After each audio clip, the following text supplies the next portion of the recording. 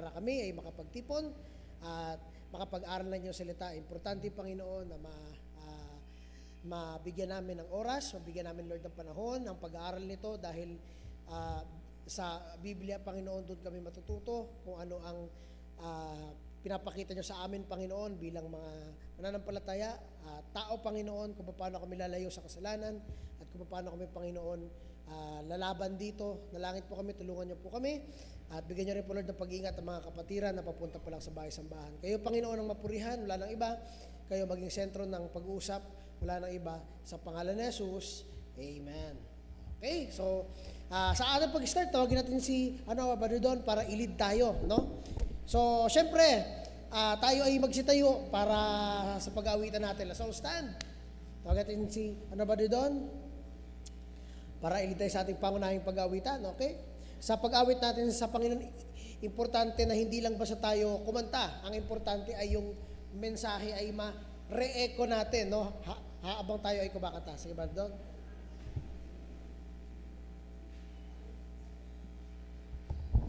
Magandang umaga po sa bawat isa. Magandang umaga po sa bawat isa. Yeah. Sa ating po pagsimula, buksan po natin sa hymn number 585. Simulan natin ang umagang ito sa pag-recount sa mga blessings na binigay sa atin ng Panginoon. Hymn number 585, awitin natin ng Count Your Blessings. Yeah.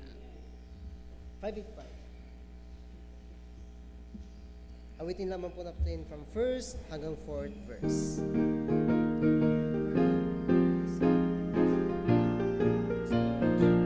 Count your blessings in the first verse now. Sing. When upon life's billows you are tempest tossed, when you are discouraged thinking all is lost, count your many blessings, name them one by one, and it will surprise you what the Lord had done. Count your blessings, name them one by one. Count your blessings, see what God had done. Count your blessings, name them one by one. Count your many blessings, see what God had done. Second verse now. Are you ever burdened with a load of care? Does the cross seem heavy you are called to bear? Count your many blessings, every doubt will fly, and we will be singing as the days go by. Count your blessings, name them one by one. Count your blessings, see what God had done. Count your blessings, name them one by one. Count your many blessings, see what God had done. When you look at others with their lands and gold, think that Christ has promised you His wealth untold. Count your many blessings, money cannot buy your reward in heaven or your home on high. Count your blessings, name them one by one. Count your blessings, see what God had done. Count your blessings, name them one by one. Count your many blessings, see what God had done. Last verse now. So amid the conflict, whether great or small, do not be discouraged, God is over all.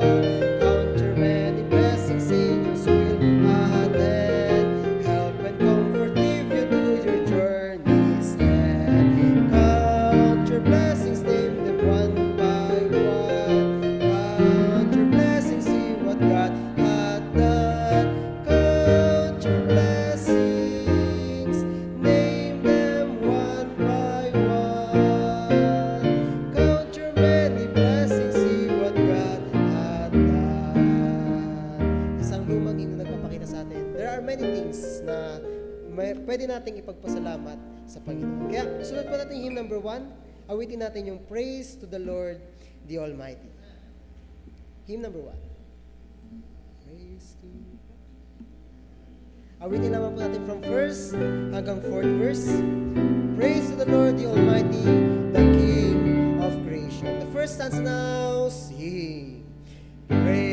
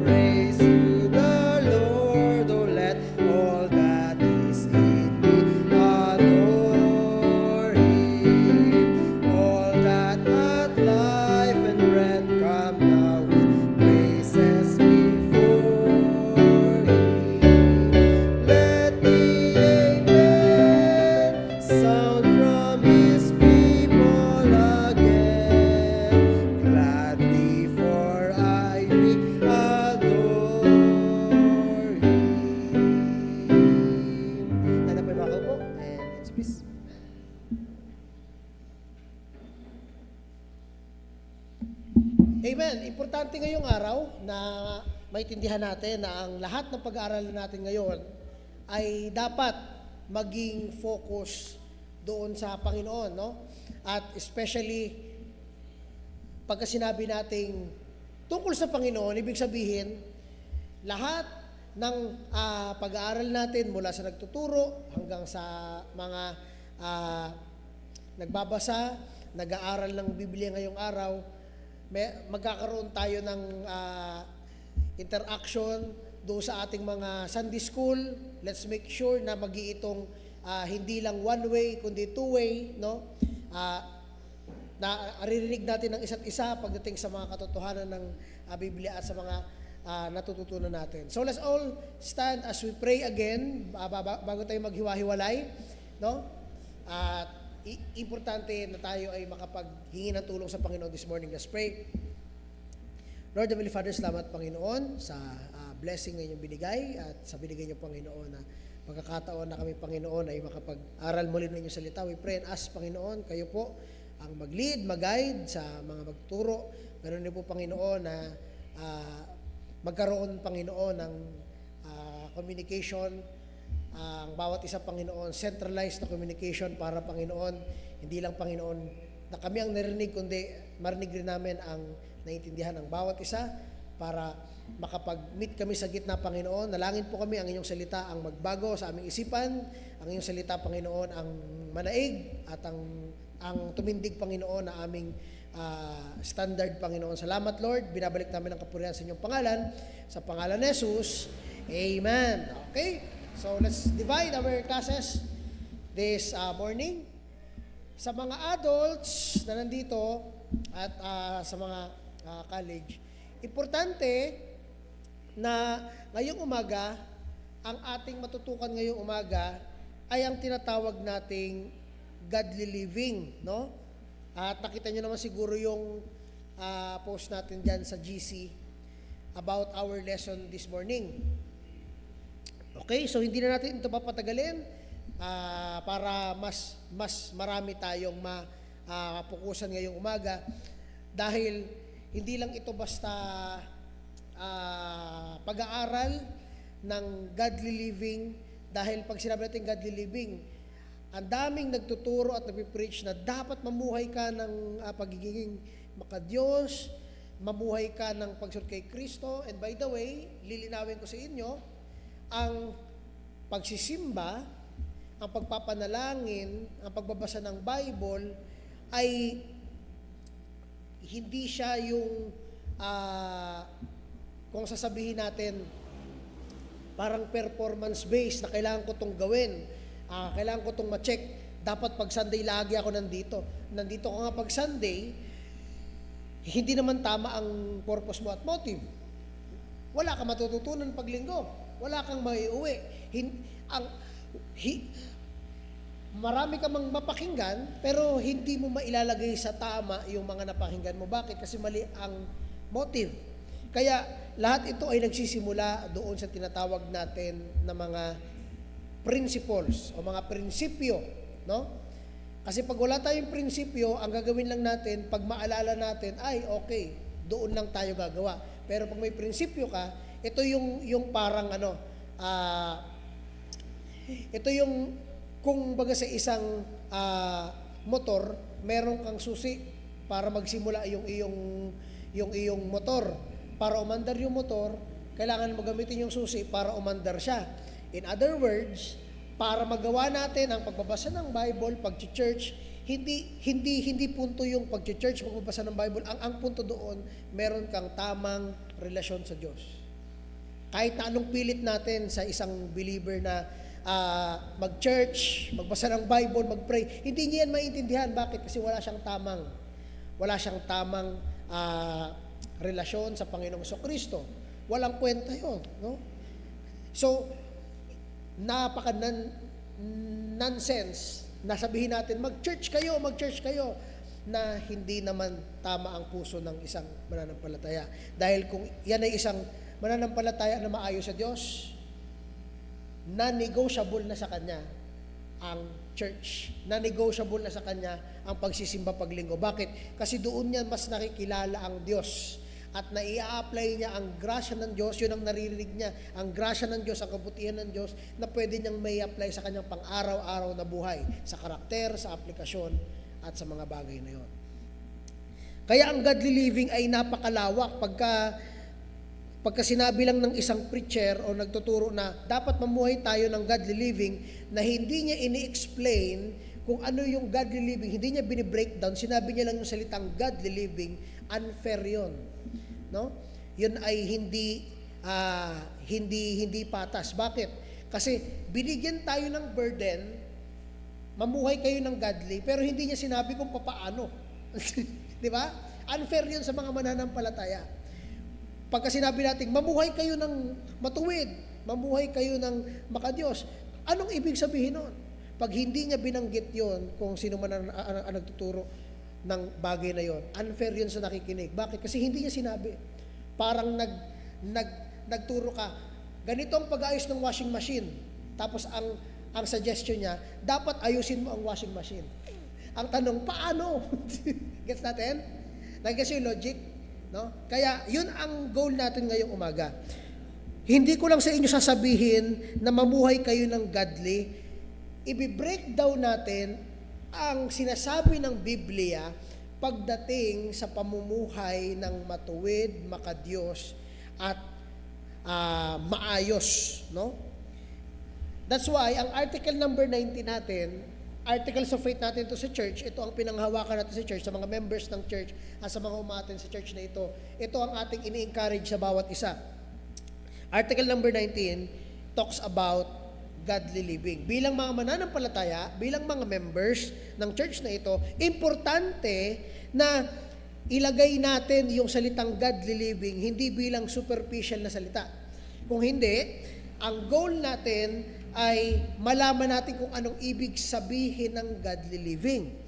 Okay? I-define natin ito, i-breakdown natin ito, and at the most important part is this, so that it would help every believer na maintindihan yung puso ng tinatawag nating living or yung godly living. Ang article of faith natin ay talagang biblically backed. May backup na mga references at yun ang makikita natin this morning.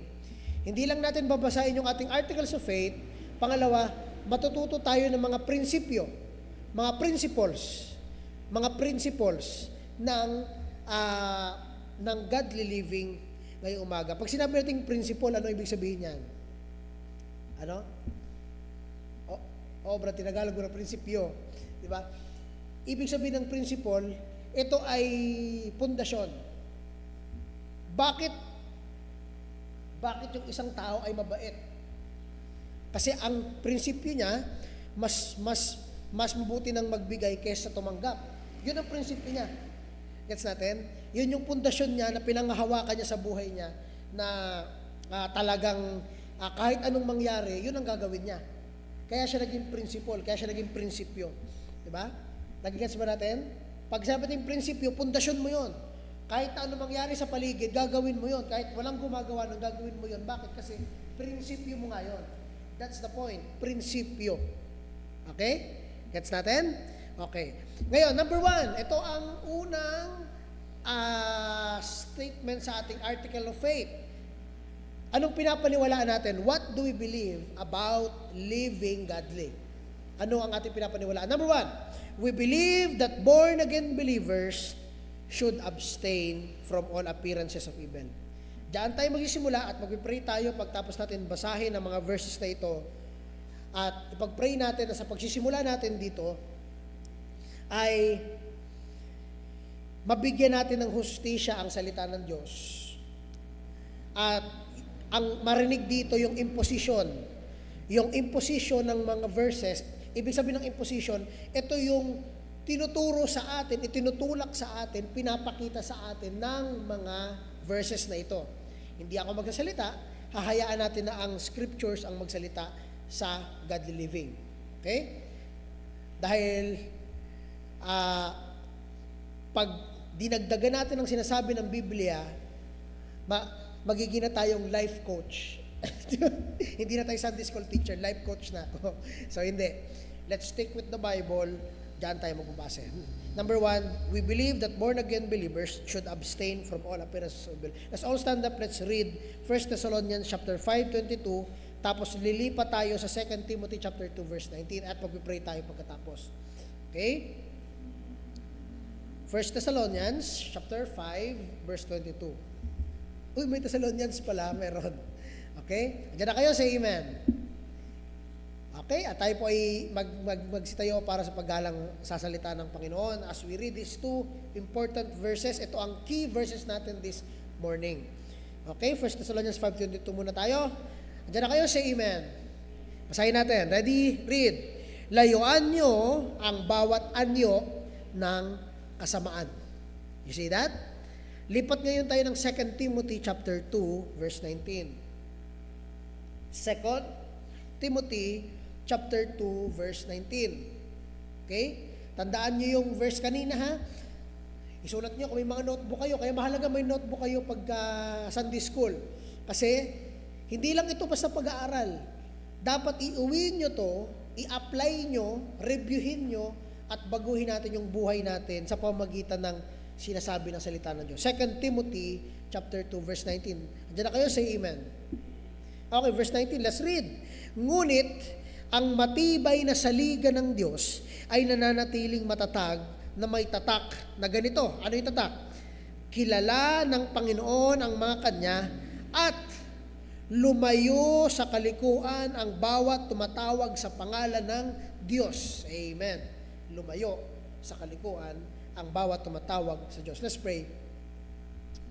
Lord Heavenly Father, as we start this lesson, we ask and pray, Panginoon, nabigyan nyo kami, Panginoon, ng wisdom. I-open nyo, Lord, ang aming hearts and mind. Dahil, Panginoon, unang-una, kami, Panginoon, ay mga sinners. At kami, Panginoon, ay natural na mga magmamahal sa kasalanan. Natural na hinahanap ng katawan namin ng kasalanan. Pero, Panginoon, salamat sa grasya, salamat sa awa na binigyan nyo ng pagbabago ang aming kaisipan sa repentance na inyong binigay sa Biblia ay pinapakita dito, Panginoon, na nandoon, Panginoon, sa inyong kamatayan sa krus ang magpapakita sa amin na kailangan namin baguhin ang aming isip sa pakikitungo namin sa kasalanan dahil hindi po ito tama, hindi po ito tuwid at hindi ito, Lord, makadiyos.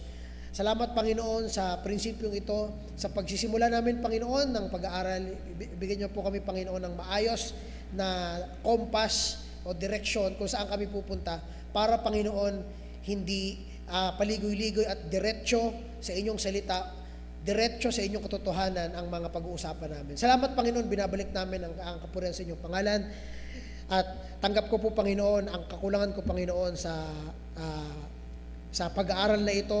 Hindi ko, Lord, lubos marating ang inyong katotohanan at standard at ang sabi nyo ay hindi kami nakaabot. Pero salamat sa grasya, Panginoon, na inyong binigay at pinakita nyo sa amin ang mga paraan kung paano kami mamumuhay ng banal at matuwid. Salamat, Panginoon, binabalik namin ang kapurihan ulit sa inyong pangalan, sa pangalan ni Jesus. Amen. So sit down. I-breakdown ngayon natin itong number 1.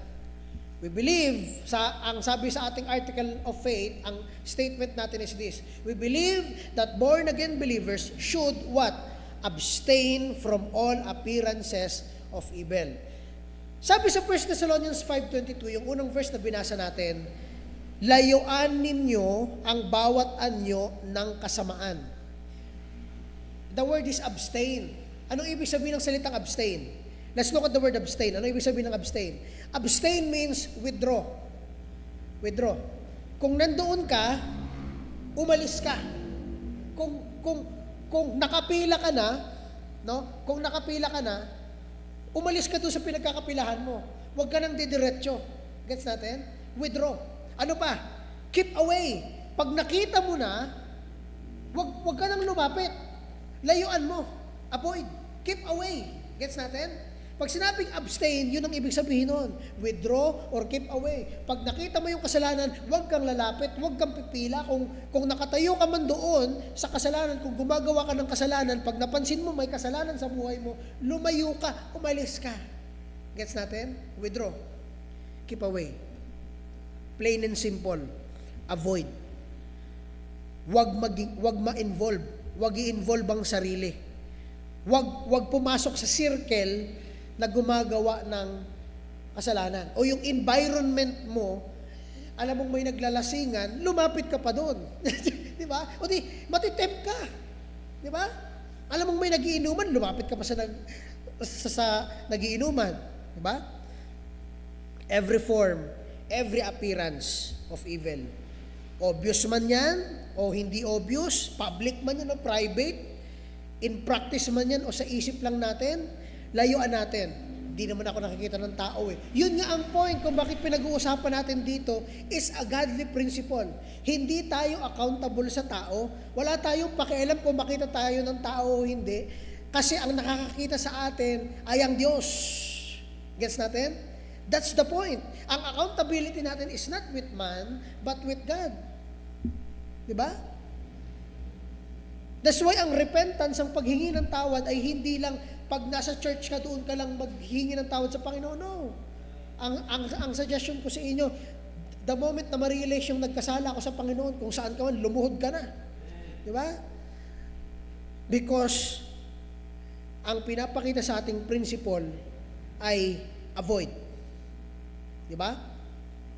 Example, pagka naglalakad ka sa isang sa isang lugar na may mga bahay, pag may nakita kang keep away, no? Dogs. Keep away from dogs.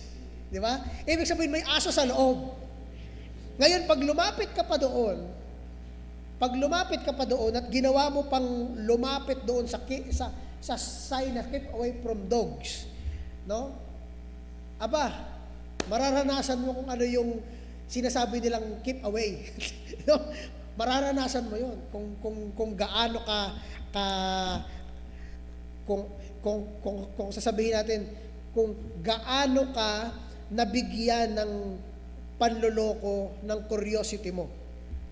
Hindi nyo ba alam na karamihan sa paggawa ng kasalanan ay nagsisimula lang sa curiosity? Kaya nga merong kasabihan sa mundo, hindi ito biblical, curiosity kills the cat, no? Ibig sabihin, dahil sa sobrang curious ng isang pusa, doon siya namamatay, no? Okay, kahit na may siyam na buhay siya. Di ba kayo, doon may siyam na buhay ang pusa? Hindi. Kaya doon sa mga curious, no? Mag-ingat-ingat kayo ng curiosity nyo. Baka ang curiosity nyo, kasalanan pala yung papunta. Ano kaya yun? Pwede ko bang silipin yun? Pwede ko kaya itong gawin? Wala naman nakakakita. That's not the point. The point is, ano ang prinsipyo mo? Sabi ng Biblia, diyan sa 1 Thessalonians 5:22, abstain. Okay? From all appearances, private, public, obvious, hindi, malaki, maliit. It doesn't matter. From all appearances of evil. 2 Timothy chapter 2 verse 19. Open our Bibles now on 2 Timothy chapter 2 verse 19. Okay? Breakdown natin ito ng dahan-dahan. Kung yung una, we've seen the word abstain. Diyan sa 2 Timothy 2:19, mayroon tayong isang word din na makikita. Okay? Sabi diyan, ngunit ang matibay na saligan ng Diyos ay nananatiling matatag na may tatak na ganito. Ano yon? Kilala ng Panginoon ang mga sa Kanya at ito yung Kanyang utos. Ito yung Kanyang ito yung directly ini-impose ng verse na ito mismo na statement na ito, yung principle na to. Lumayo sa kalikuan ang bawat tumatawag sa pangalan ng Panginoon. Ibig sabihin, kung ikaw ay mananampalataya, naniniwala ka sa Panginoon, ang verse na to ay nagbibigay sa'yo ng bind. Ano yung bind? Kristyano ka, sinasabi mo na naniniwala ka sa Panginoon, well ito, no? Lumayo ka sa kalikuan. The word in English is depart. Anong ibig sabihin ng salitang depart? Sa pagkakagamit sa usage ng depart dito sa verse na ito ang ibig niya sabihin. Stand apart, be separate. Ito yung usage ng salitang depart. Ibig sabihin, dapat ma-distinguish ka, hindi ka dapat halo doon sa gawa ng kamalian. It means maging separate ka from that. Di ba? Yun nga yung term ng mga kabataan ngayon, nakasama pa ako doon. ang tawag doon ay FOMO. Sino nakakalam niyan? It means fear of missing out. No? Ibig sabihin nun, pagka sa school or sa office, yung mga young professionals tulad namin, no? Gusto natin na hindi tayo malayo sa mga trends. Pagka pinag-uusapan nila tungkol sa isang drama, dapat nakasubaybay ka rin doon para makasama ka sa pag-uusap nila. Di ba? Gets natin? Yun yung fear of missing out. Wala namang problem doon. Ang magiging problem lang kung ang ginagawa nila ay kasalanan. No? Alam mong nagiinom sila, may naglalasingan sila, tapos parang gusto ko rin sumama sa kanila, makijamming sa kanila. But hey, ang sinasabi sa atin ng Bible is this principle. Kaya nga ang isang mananampalataya, hindi niya ginagawa ang isang bagay dahil takot siya. Dahil takot siya doon sa batas o takot siyang mapagalitan. Kung hindi, ang mananampalataya, ginagawa niya itong bagay na to kasi takot siya na makita ng Diyos na pagkatapos ng ginawa ng Diyos para sa Kanya, ganito yung ginagawa niya. No?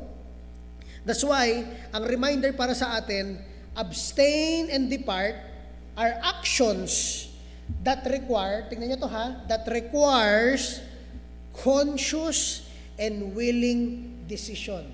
Anong ibig sabihin ng conscious and willing decision? Ibig sabihin nun, pag ginawa mo itong paglayo, pag-abstain, pag-depart, pag-separate sa sarili mo sa kasalanan, pinipili mong hindi sumama doon sa kabaluktutan ng mga yumayaya sa iyo. Pag pinili mo yon, pag ginawa mo yon, hindi dahil pinilit ka, hindi dahil kinu-urge ka ng pastor mo or ng leader mo sa church, sabi, wag mo tong gagawin, wag mo tong gagawin. Hindi, pag ginawa mo yun dahil sinabi nila, that's the wrong motive. That's the wrong purpose. Mali yung ginagawa natin. Bakit? Kasi, hindi naman yon ang sarili mong desisyon. Sumusunod ka lang sa authority. Pero sa puso mo, ay hindi yon ang gusto mong gawin. Parang bata, sinabihan mo yung bata,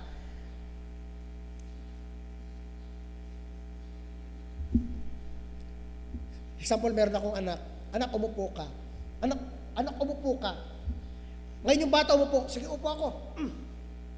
Nakaupo ako dito, pero sa puso ko nakatayo ako. Di ba? Nakatayo ako. Gets natin? That's coercion. That's being pushed.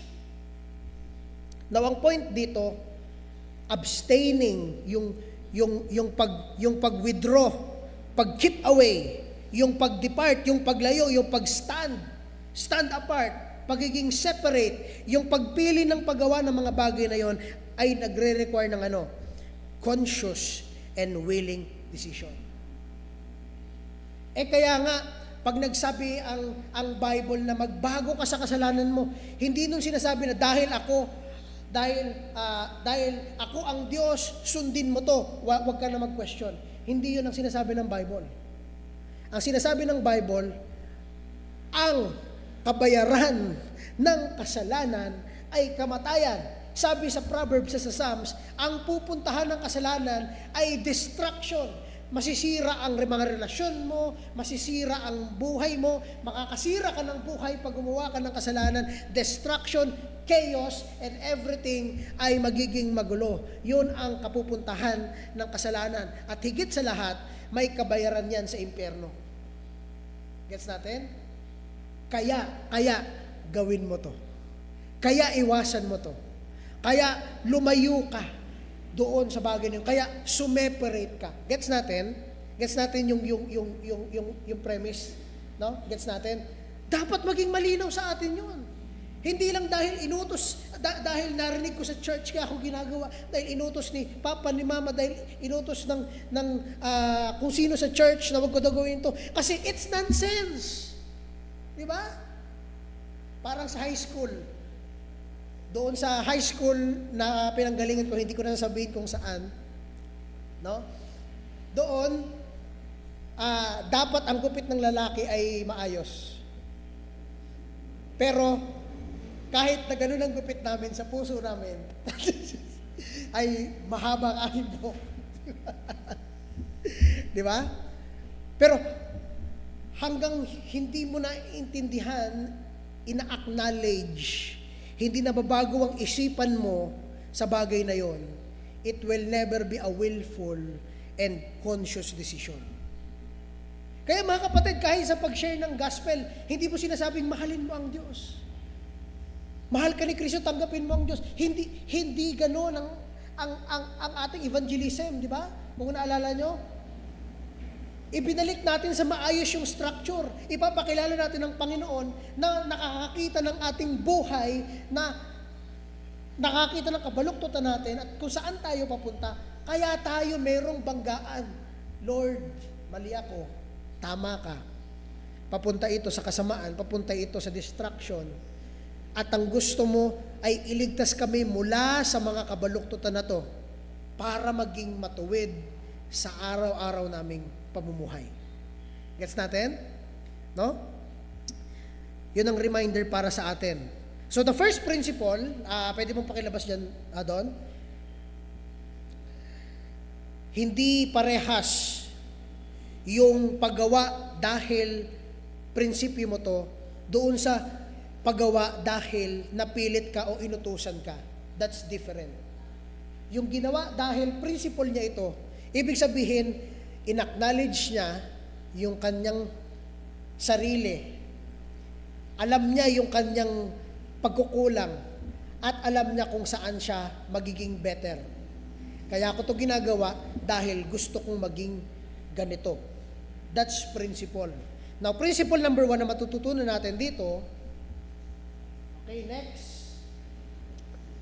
Principle tayo doon. Principle number 1, a believer should abstain and depart from evil. To be specific, all appearances of evil. Obvious man yan o hindi, malaki man yan o hindi, public man yan o private, it doesn't matter. The point is all appearances of evil. Now let's go doon sa number 2. Ang pangalawang statement sa ating articles of faith would be this. We believe in this church, we believe that believers are to live soberly, righteously, and godly in this present evil world.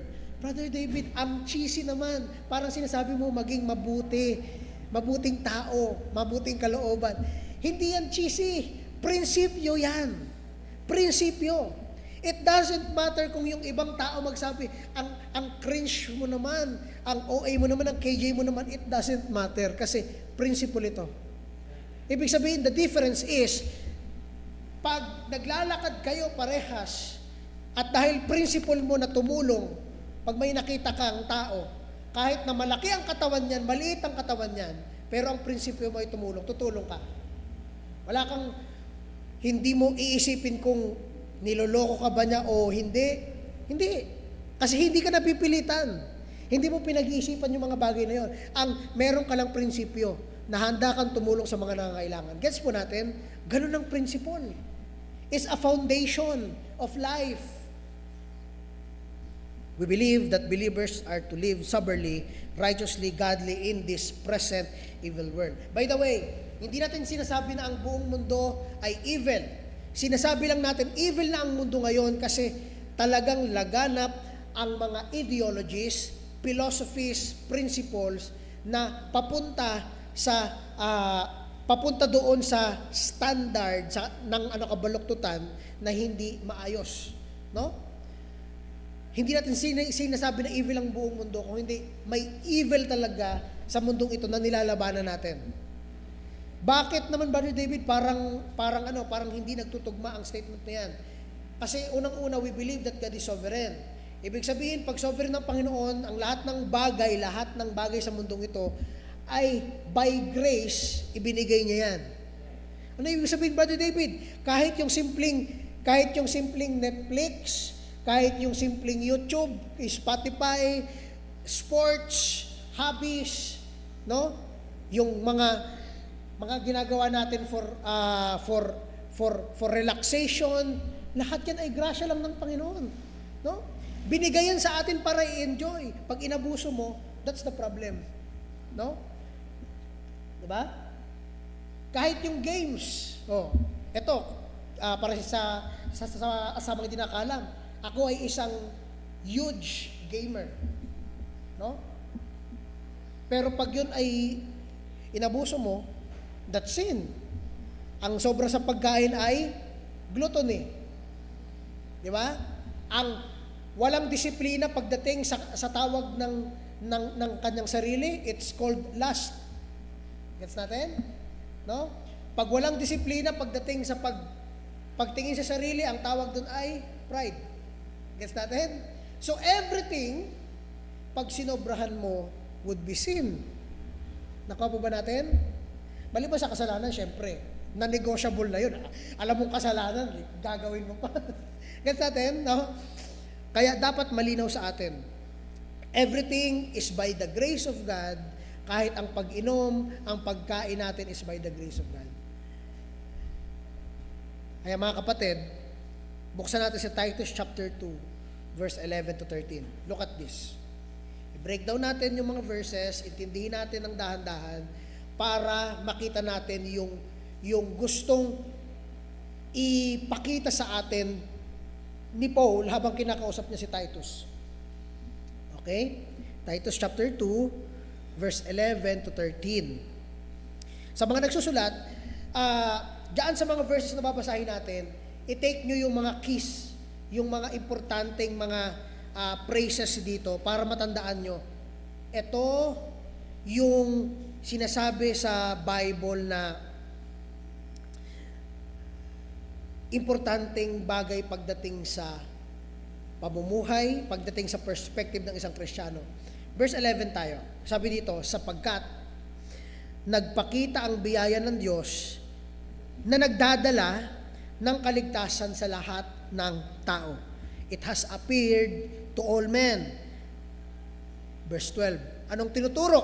Na nagtuturo sa atin na matapos, look at this, na matapos itakwil ang kasamaan at mga makamundong pagnanasa, ay dapat tayong mamuhay ng may katinuan, matuwid at banal sa kasalukuyang panahon.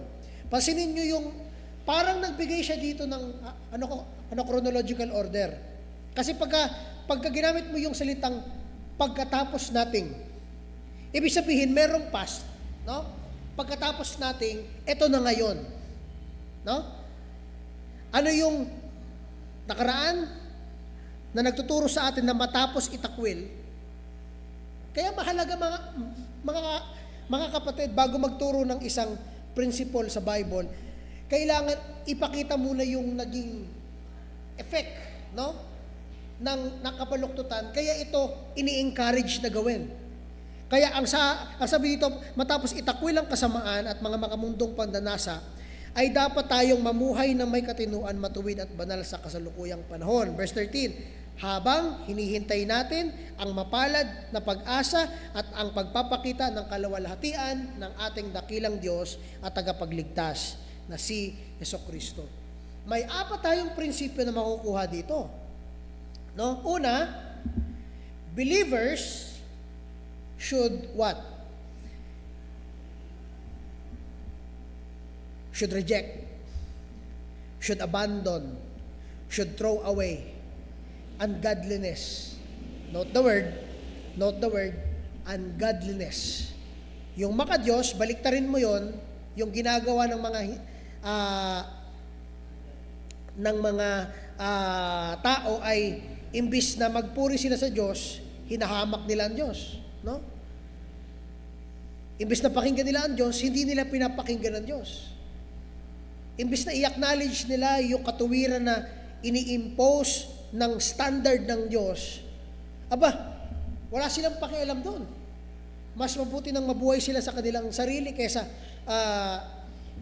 sumunod. Na hindi naman ang Diyos sa kanila humihingi ng kahit na ano, kung hindi baguhin lang ang kanilang isip sa kasalanan. At tingnan ang tanging paraan na makapagliligtas sa kanila, no?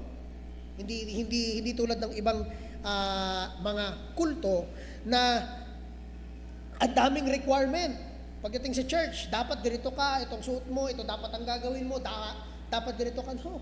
No. Tayo po ay mga Bible-based believers. At hindi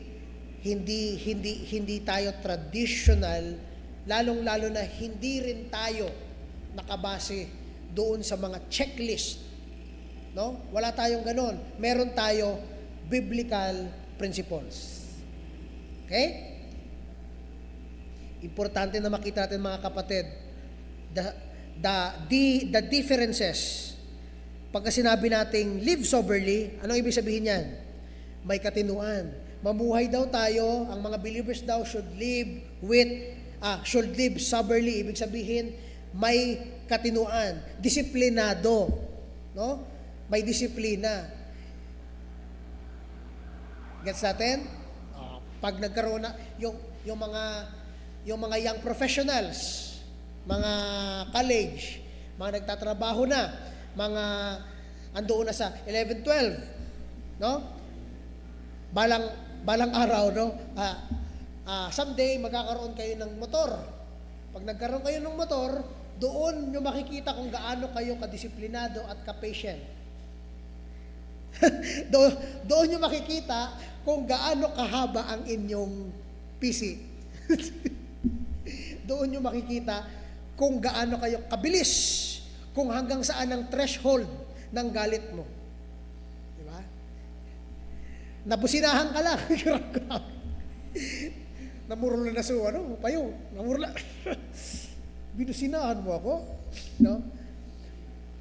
Or sa opisina, no? Nasapawan ka lang, feeling mo, grabe talaga dito ang talaga ng taong ito. Walang grasya, walang patience.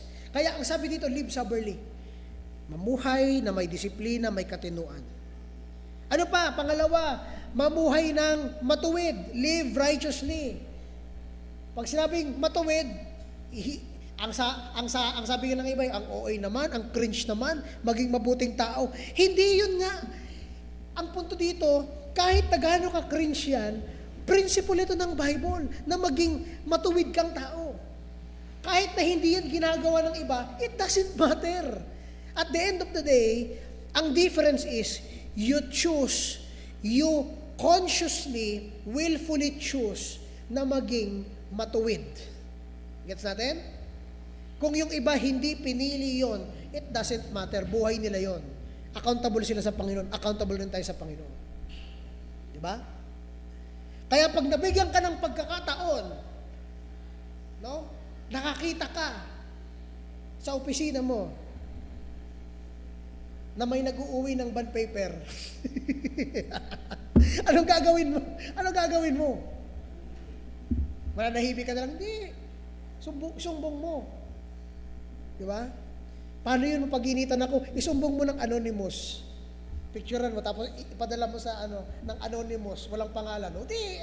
Ang point doon, hindi mo hinayaan na hindi mo piliin yung tama at katuwiran. Ang KJ mo naman. Di ba?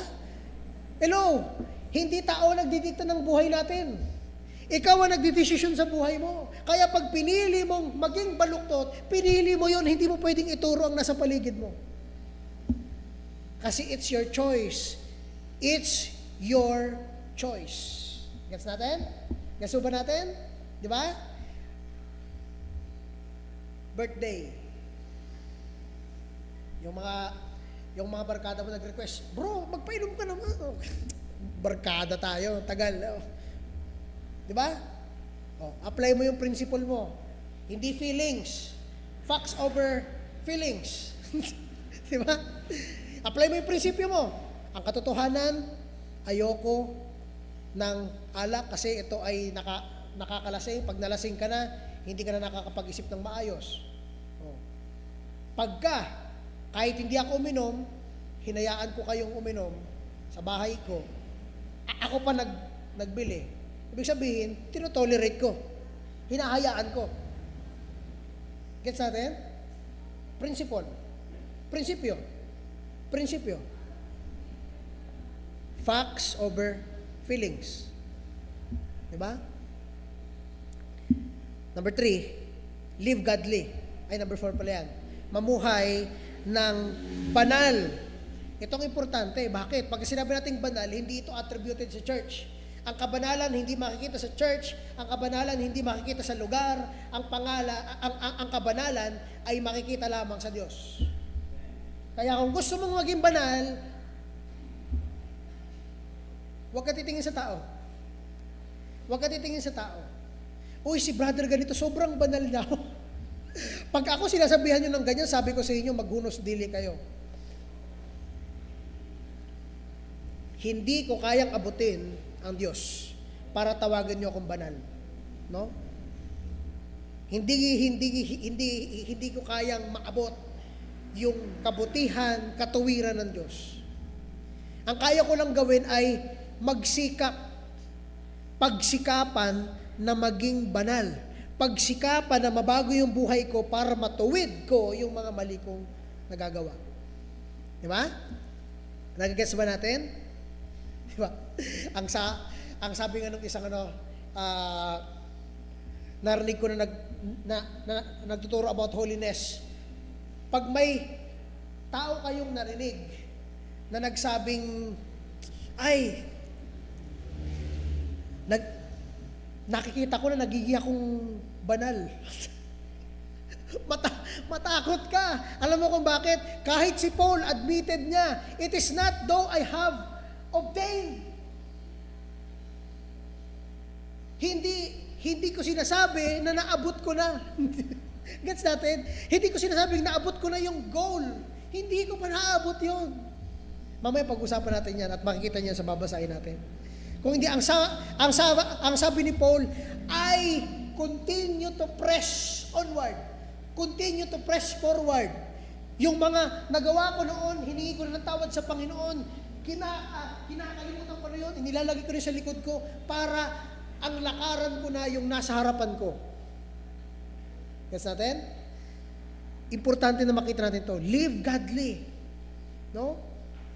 Hindi natin pinag-uusapan dito yung perfect. Hindi natin pinag-uusapan dito sinless. Ang pinag-uusapan natin dito ay taong patuloy na gumagapang papunta sa Panginoong Jesucristo para mabago yung kanyang buhay, para malinis yung kanyang karumihan. Dahil tanggapin natin o sa hindi, tayo ay mga maruming tao na binigyan lamang ng awa at grasya ng Diyos. Nagigets natin? Walang pwedeng makapagyabang. Kaya nga ang sinasabi natin, ang lahat ng pagyayabang ko ay makikita sa Panginoong Jesucristo, sa krus ng Kalbaryo ni Kristo, dahil wala tayong pwedeng sabihin na nagawa ko to, na-achieve ko to. Lahat yun ay dahil nung namatay si Kristo sa krus, nabigyan tayo ng pagkakataon na talikuran ang kasalanan natin. Nakuha po ba natin? No? Hindi yun cringy, hindi siya cheesy. It is a principle. Yun dapat ang maging reason natin kung bakit tayo gumagawa ng mga good things at right things. Dahil we live by these God-given principles. 4 na principle, doon, pakipakita. Principle number 2, a believer should reject, abandon, throw away ungodliness and worldly lust while waiting for the glorious coming of the Lord. That's our second principle. Okay? Diyan na ba? Nasulat nyo na yan? Number 3, kopyahin nyo lang yung format na yon, pero ang pagkakaiba lang ay, a believer should live soberly. Okay? A believer should live soberly while waiting for the glorious coming of the Lord. May katinuan. I-note natin yung Tagalog nun, katinuan, kaayusan. Principle number 4, same format lang. Kopyahin nyo na lang yung iba, pero ang word dito is live righteously. A believer should live righteously while waiting for the glorious coming of Christ. And number 5, same format lang, hindi nyo nababaguhin yung format. Ang pagkakaiba lang ay, a believer should live godly while waiting for the glorious coming of Jesus Christ. Habang buhay pa tayo, we wait. We wait for Christ. Naghihintay tayo kay Kristo. Pero habang naghihintay tayo kay Kristo, ano yung encouragement sa atin? Reject, abandon, throw away ungodliness and worldly lust. Live soberly with discipline. Number 4, live righteously. And number 5, live godly. Okay? Nakakasunod ba? Okay? Ano, kamusta naman? Okay pa naman ang reception. hindi pa masyadong umiilag gumagante ang isipan. Hindi pa naman. Ay, hindi, Brother David. Hindi pa naman. Amen. Statement number 3 sa ating articles of faith. Here it says, we believe that believers are to be careful to maintain good works. Pag sinabi natin careful, ibig sabihin keen. English kasi. Ano ibig sabihin ng careful? Anong ibig sabihin ng keen? Ibig sabihin, magi tayong self-aware, handa, piniprepare natin yung sarili natin, no? Magi tayong disiplinado, alam natin yung gagawin natin. That's the point. Open your Bibles on Titus chapter 3 verse 8. Babasahin natin ito. Let's break it down and understand yung mga phrases na nandito. Titus chapter 3 verse 8. Diyan na kayo, say amen.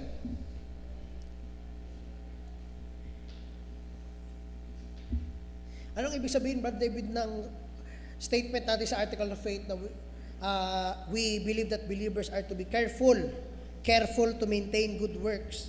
Sabi sa verse 8, tapat ang salita at nais kong igiit mo ang mga bagay na ito upang ang mga nananampalataya sa Diyos ay maging, maingat.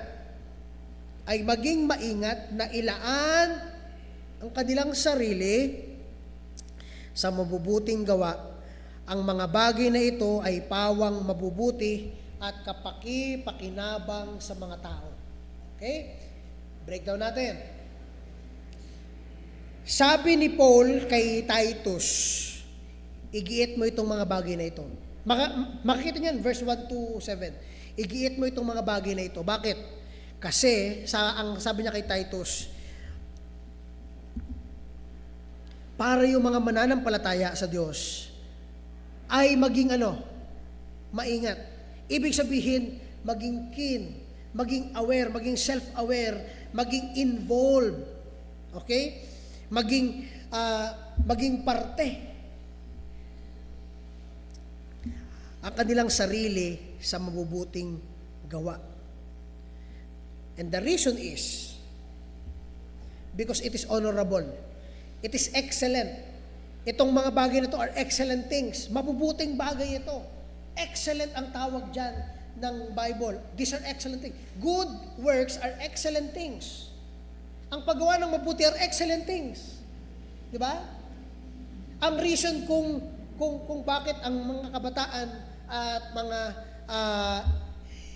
ibang mga adult ang sinasabi cringy maging mabuti. Kasi, di ba? Gusto nilang maiba. Kasi nung panahon ay nanggaling ang mga concept na ito pagdating doon sa mga Christian na mga parte ng state. And that's why, kung mapapansin nyo kahit sa media, importante itong bagay na to ha, kung hindi nyo napapansin. Sa media, sa mga palabas, or kahit na, sa mga pang teens na mga movie or mga series, sa cartoons, sa anime, or sa doon sa mga dramas, ito makikita ninyo. Pagdating sa powers, sa kapangyarihan na meron ng isang character sa story, ano ang kadalasan yung nakikita? Ano ang kadalasang tema? Devil. Darkness. Malakas. Di ba? Anger. Kakarampot lang yung mga nagpapakita ng maayos at righteous na pamumuhay sa isang anime. Meron naman, pero bilang-bilang lang. Di ba? Especially ito, kung alam nyo itong mga word na to, especially sa mga shonen. Ibig sabihin, ito yung mga panlalaking audience na mga anime, yung Naruto, yung Bleach, yung One Piece, lahat ng mga kapangyarihan ng tatlong yan ay galing saan? Yung isa, Devil Pax. yung isa ay nababalot rin ng darkness. Di ba? yung isa naman, yung pinakakilala ngayon, Devil Fruit, no? Hindi natin na sinasabi na masama yung kanilang, hindi. Kasi those are fantasies. Yun ay para lang mabigyan tayo ng isang maayos na story, entertainment, walang problema doon. Pero ang pinag-usapan natin yung tema. I mean yung portrayal na yung mas malakas or common yung darkness stroke na powers kesa sa mga angel sa light. Kadalasan nga mga kalaban yung angels tapos di ba? Sa mga updated sa mga series diyan, no? Kaya sa mga drama, ano ang pinakasikat sa mga drama? Yung cheating. yung ano ba 'yon? Yung asin sa dagat. yung mga ganong title, no? Yung example, yung sa yung Batang Quiapo, di ba?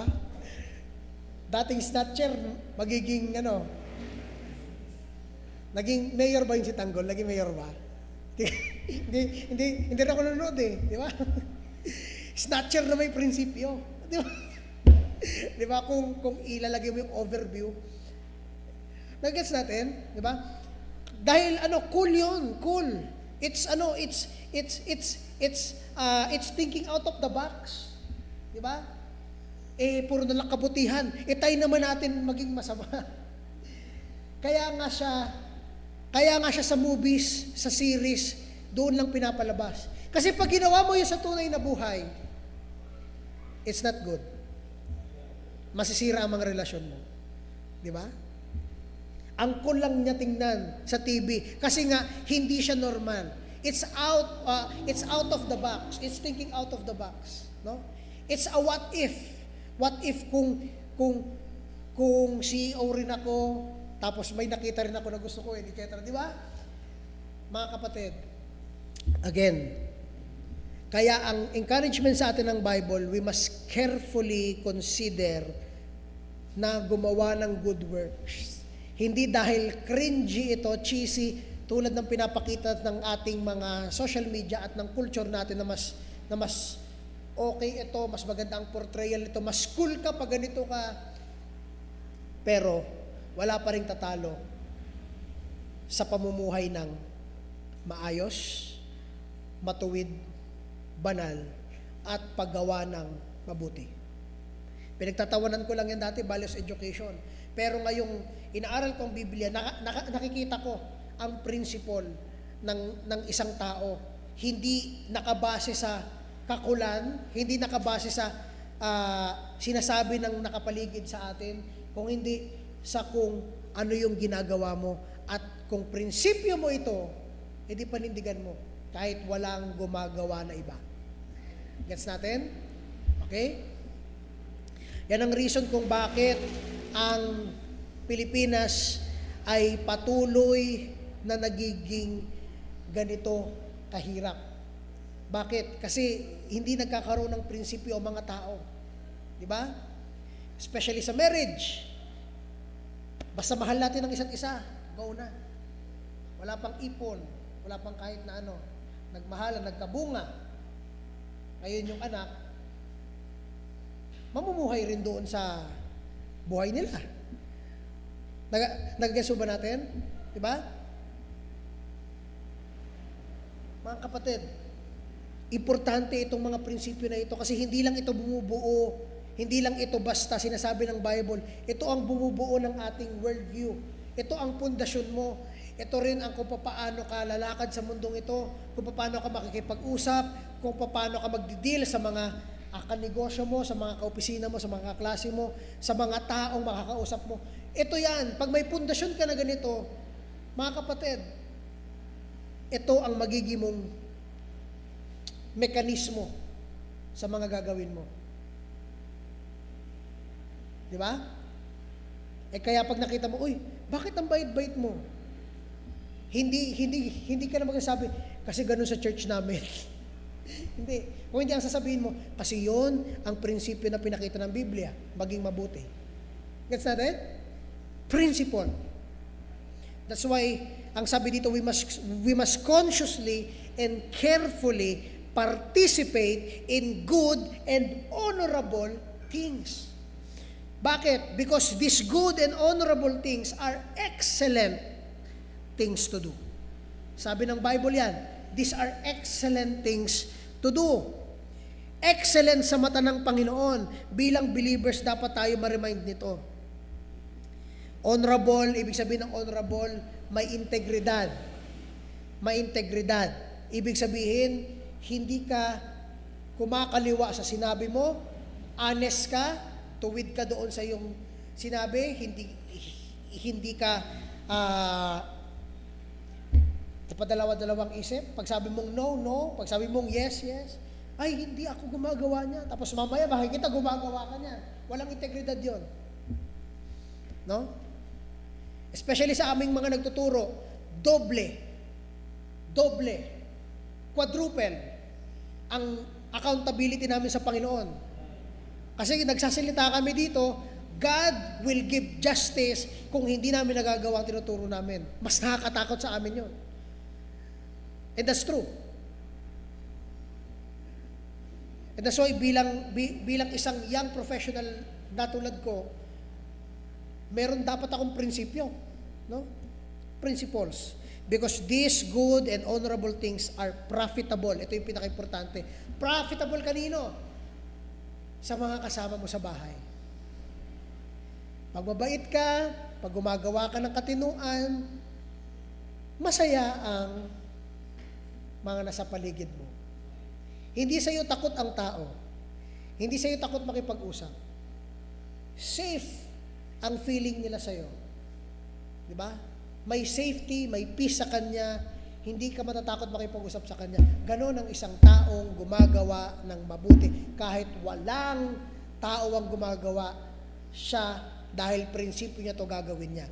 Ang benepisyo nito, ang profit nito, ay sa kanila. Hindi ito monetarily ha. Pag lagi ako mabuti, bibigyan ako ng 10K ng YouTuber. Hindi ha. Hindi ito monetarily. Ang pinag-usapan natin yung benefit nito sa tao, sa ating kapitbahay, sa relationships natin, sa mga taong mamimit natin, sa paligid natin. Ito ay napaka-importanting reminder dahil pag hindi dahil we decide to be good.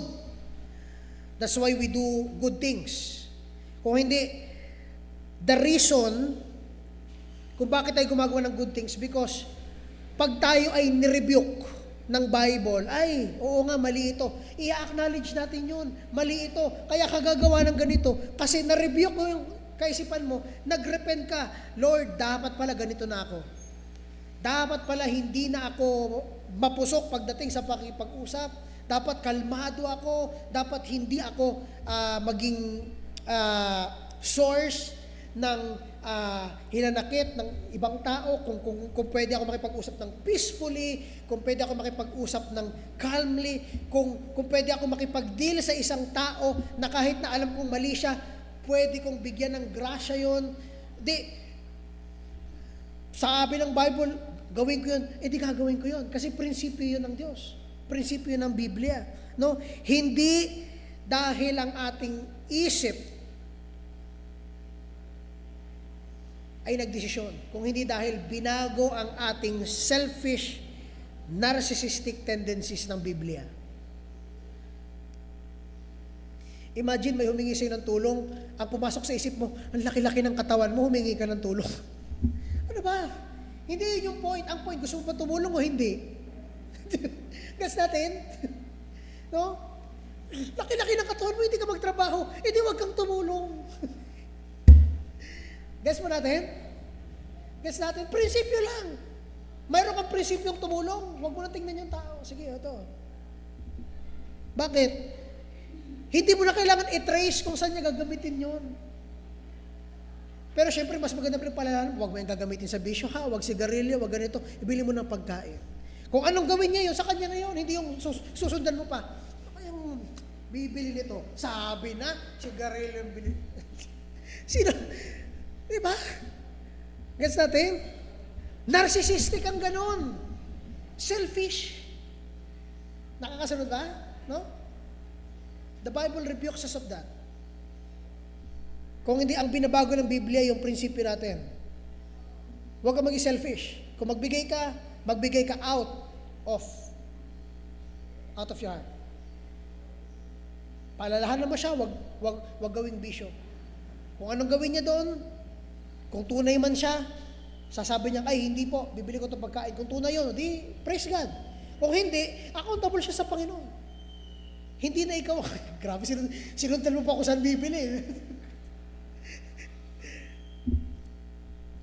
Ephesians chapter 2 verse 10. Ephesians chapter 2 verse 10. Are you there? Say amen. Amen. Verse 10, babasahin ko po ito, sabi dito, sapagkat tayo'y kanyang pinakamahusay na gawa na nilalang kay Kristo Jesus. Yung tayo daw ay gawa, pinakamahusay na gawa, na lalang sa Panginoong Jesucristo. Para saan daw? Para sa mabubuting gawa na inihanda ng Diyos nang una pa upang siya nating lakaran. Tayo ay niligtas ng Panginoon, pinalaya tayo sa pagkakalipin ng kasalanan para lakaran natin yung hinanda sa atin ng Panginoon na lakaran. Ano yon? Yung paggawa ng ano? Paggawa ng mabuti. Amen. Para tayo ay lumakad sa mabubuting gawa. Mga kapatid at mga kaibigan, ito ang pang-anim na prinsipyo. Principle number 6. A believer must consciously and carefully participate in good and honorable things. Gets natin? Good and honorable things. Okay? Hindi mababalitaan ka namin sa TV, nakita ka namin sa picture, kasama ka sa rambulan. No? Hindi. Good and honorable things. Anything that is good, anything that is honorable, tayo mga believers must do that.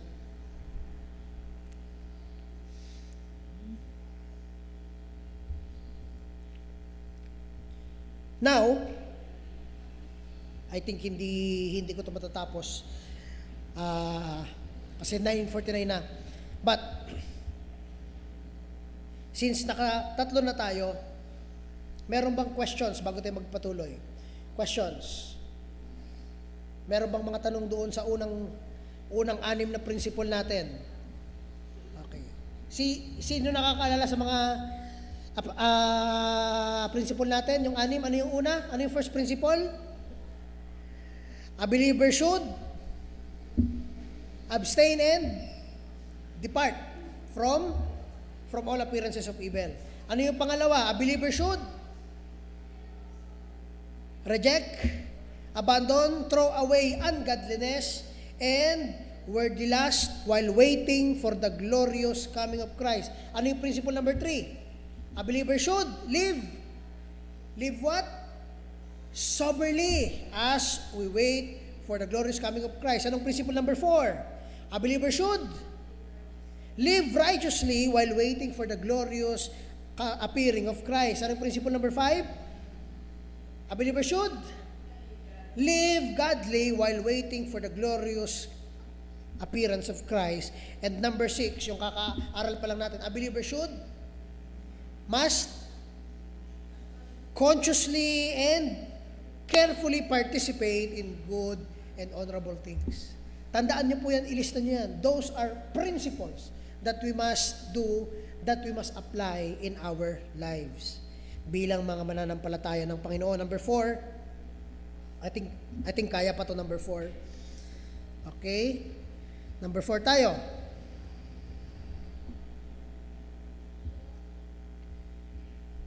Sabi niya sa number 4, sabi sa ating articles of faith, we believe that believers are to seek. Okay, seek. Ibig sabihin, are to seek, ay humanap, hanapin. No? Are to seek in every possible way to serve Jesus Christ. Okay? Importante na makitrata dito. To seek in every possible way to serve Jesus Christ. 3 verse lamang ang babasahin natin. 2 Corinthians 5:15. Open your Bibles now on 2 Corinthians chapter 5 verse 15 as we read these verses.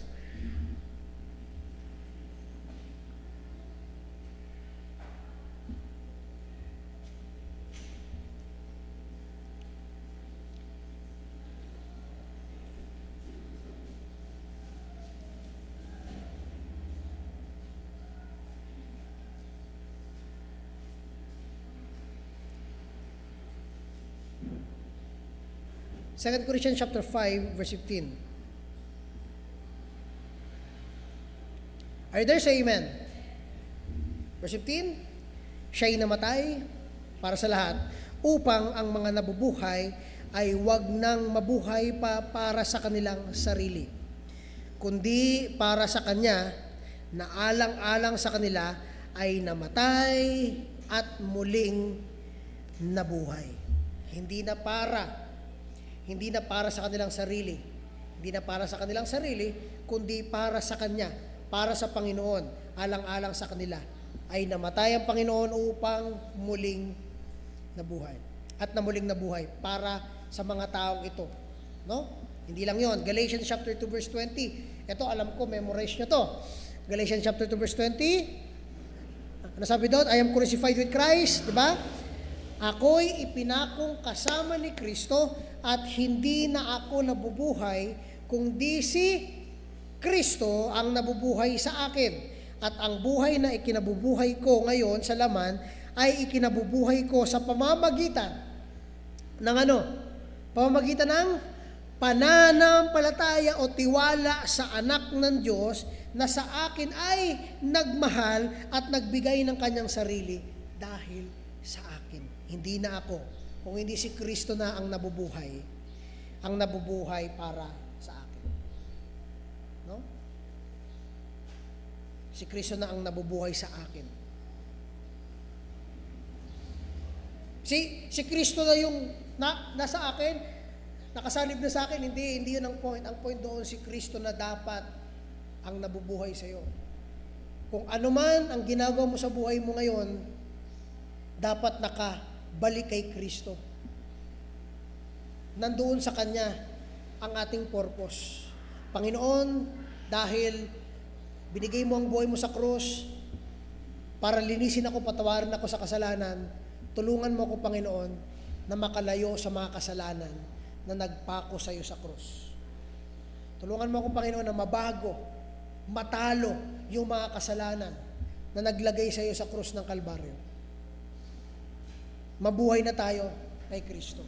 Walang middle ground. 1 Peter chapter 4 verse 2. 1 Peter chapter 4 verse 2. Are there, say amen? Diyan na kayo? 1 Peter chapter 4 verse 2. Are you there, say amen? Verse 2, babasahin natin, upang hindi na kayo mamuhay sa laman na sa inyong nalalabing panahon sa masamang pagnanasa ng mga tao, kundi sa kalooban ng Diyos.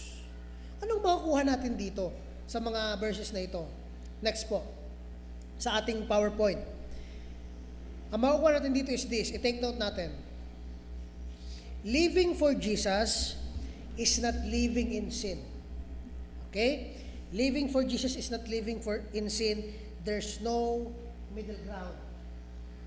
Ibig sabihin, Brother David, pag namumuhay tayo kay Kristo, perfecto tayo. No. It means, ang perspective mo, ang prospect ng isip mo ay hindi na lumapit, makisama, makisalamuha sa kamalian, kabaluktutan, at kasamaan. Hindi na ganon ang prospect at perspective mo. Kasi namumuhay na tayo para kay Kristo. Ang mga bagay na yun ay tentasyon na lang sa atin. Para hilain tayo pabalik doon sa putik ng kasamaan, sa putik ng kasalanan, para mawala ang confidence natin sa ginawa ni Kristo sa krus. No? Pero mga kaibigan at mga kapatid, hindi mababago noon ang katotohanan na ang ginawa ni Kristo sa krus ay sapat na para patawarin ka ng Diyos. Next po, not a perfect sinless man, but someone who repents of sin and fights himself to be better and strives to move closer and closer to God. Hindi perfect, hindi sinless. Ang point dito is isang tao na lumalaban, nilalabanan ng sarili, nagre-repent sa kanyang kasalanan, at sinusubukan, nakikipagbaka para lumapit at lumapit at lumapit at lumapit sa Panginoong Hesukristo. Kahit gumapang ka papapalapit, kahit na anong sitwasyon mo sa buhay, pwede kang lumapit sa Panginoong Hesukristo. Ang goal natin ay sumunod, magpatuloy, i-pursue ang kabanalan. Next po, hindi perfect, hindi sinless, but a man, look at this, a man who understands what Christ has done for him and now pushes himself to live for him, breaking sin in his life as he walks in the truth of Christ. Hindi isang perfectong tao, kundi isang tao na naiintindihan ang ginawa sa kanya ni Kristo, ang ginawa para sa kanya ni Kristo, at ngayon pinupush ang kanyang sarili na mabuhay para sa kanya, para baliin yung mga kasalanan sa buhay niya habang naglalakad siya sa katotohanan kasama ang Panginoong Hesukristo. Mga kapatid, that's the Christian life. No? It's not a question of salvation, but it's a question of choosing to live doon sa binigay ni Kristo na bagong buhay sa iyo. No? Parang pumasok ka sa isang sa isang cooking class. Pagpasok mo sa isang cooking class, ang ginagawa mo doon, nag-aaral ka ng painting. Gets natin? It's a big disconnect. A big disconnect. Ang isang mananampalataya ay isang tao na pumasok sa Kristyanismo dahil gusto niyang sumunod kay Kristo. Nagets natin? Mag-strive na sumunod kay Kristo. Ipilit sa kanyang sarili, wasakin ng mga filosofiya, mga prinsipyo niya dyan na nagja-justify sa kasalanan para baguhin, ma-rebuke at mag-repent siya hanggang sa sumurrender at sumuko siya sa katotohanan ng Biblia na ang sinasabi doon, ang kabayaran ng kasalanan ay kamatayan, pero ang regalo ng Diyos ay walang hanggang buhay. Nung ang pag-ibig niya ay pinakita sa krus ng Kalbaryo para mailigtas, para maging pambayad sa mga taong makasalanan. Siya ang naging pambayad, siya ang naging tagalinis ng mga taong marumi. Malinis para sa marumi. Mga kapatid, as we close sa point number 4, so now, we can say, ginagawa natin itong mga bagay na ito, hindi para sa atensyon o sa praise ni brother, ni sister, o ng mga nasa paligid natin. Hindi natin ito ginagawa dahil gusto natin makarinig ng papuri sa ibang tao, atensyon. Kung hindi ginagawa natin to, ginagawa natin na magbago, gumawa ng mabuti, mabuhay ng maayos, matuwid, banal, mag-reject ng kasalanan dahil binago ni Kristo ang isip natin, ang perspective natin, na hindi na dapat tayo dumadive sa kasalanan, kung hindi dapat gumagapang na tayo papunta kay Kristo at mabuhay sa ating buhay, seeking every possible way na pagsilbihan sa lahat ng aspeto at anggulo ng ating pang-araw-araw na buhay. Ever heard of the verse, whether you eat or you drink, do it for the glory of God. Narinig nyo na ba yun? No? Paano, Brother David? O di dapat lagi lang kami nasa church? No. Nagbabasketball ka? Do it for the glory of God. Paano yun, Brother David?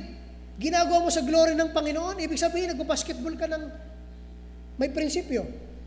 Hindi ka mandadaya, hindi ka gagawa ng mga underhanded na mga cheap tricks para manalo. Bakit? Kasi may prinsipyo ka and you are doing it for the glory of God. Gets natin? Nagtatrabaho ka. Di ba? Wala ka na sa church. You are working. Pero you are giving your best. Hindi ka nandadaya. Ginagawa mo yung best mo. Nagpapagaling ka pa. Nag-i-scale ka pa. Nag-i-skill up ka pa. Hanggang sa gumaling ka professionally. You are doing it for the glory of God. At pag tinanong ka, ano ang sikreto mo? It is all about God. Gets natin? No? Naglalaro ka. Do it for the glory of God. Pag nainis ka, hindi ka nagmumura. Kinakalma mo lang sarili mo, okay, naglalaro lang ako for the glory of God. Ako ay magiging maayos na tao. Habang naglalaro. No? Gets natin? In everything we do, in everything I do, I want to give Him glory. Ang sabi nung isang paborito ko ng awitin, in everything I do, I want to give Him glory until I reach my heavenly home. May your name be glorified as I look on your throne. Mga kaibigan at mga kapatid, the seventh principle that we are learning is this. Pwede pakilabas ang ating principle number 7. Principle number 7 is this. A believer must no longer live the rest of his time in the flesh to the lust of men, but to the will of God. Okay? A believer must no longer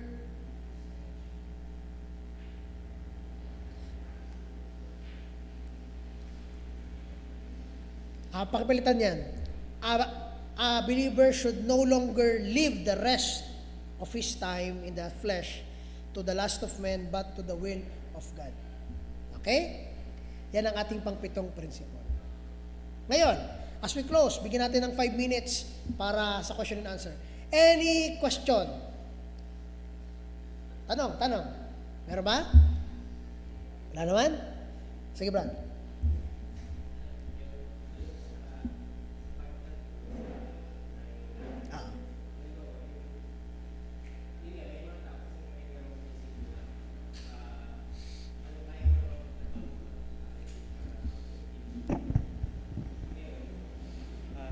Halimbawa, opo, tama bagay yung tumulong tayo, pero halimbawa, kung yung taong tinutulungan mo, inaabuso niya yung pagtulong ng iba. Kumbaga, sa madaling salita, imbis na yung tulong mo is nakakatulong sa kanya para mag-grow, nagiging dahilan pa tuloy yun para maging lalo siyang hindi na magsikap na gumawa ng para sa ikabubuhay niya. Halimbawa, may taong humihingi lagi ng limos. Ngayon, dahil nakikita niya na marami naman tumutulong sa kanya, pipiliin niya na hindi magtrabaho. Okay. Ngayon, ay may tumutulong naman kasi sa akin, edi okay lang naman pala kahit maglimos-limos ako. Ngayon, yung tao naman na napakabuti, na abuso yung ginagawa niyang kabutihan doon sa ano, tapos tinutulungan pa rin niya. Ang main question ko, hindi po ba yung nagiging toleration doon sa katamaran Okay. nung... That's a good question. Ito yan. Ang sagot dun sa answer mo is ito. Lahat ng sinabi mo are all assumption unless nakikita mo at kilala mo ang buhay niya. Ang tawag doon ay prejudice. Yan ay isang preconceived na ang laki naman ng katawan nito eh. Kaya nito magtrabaho.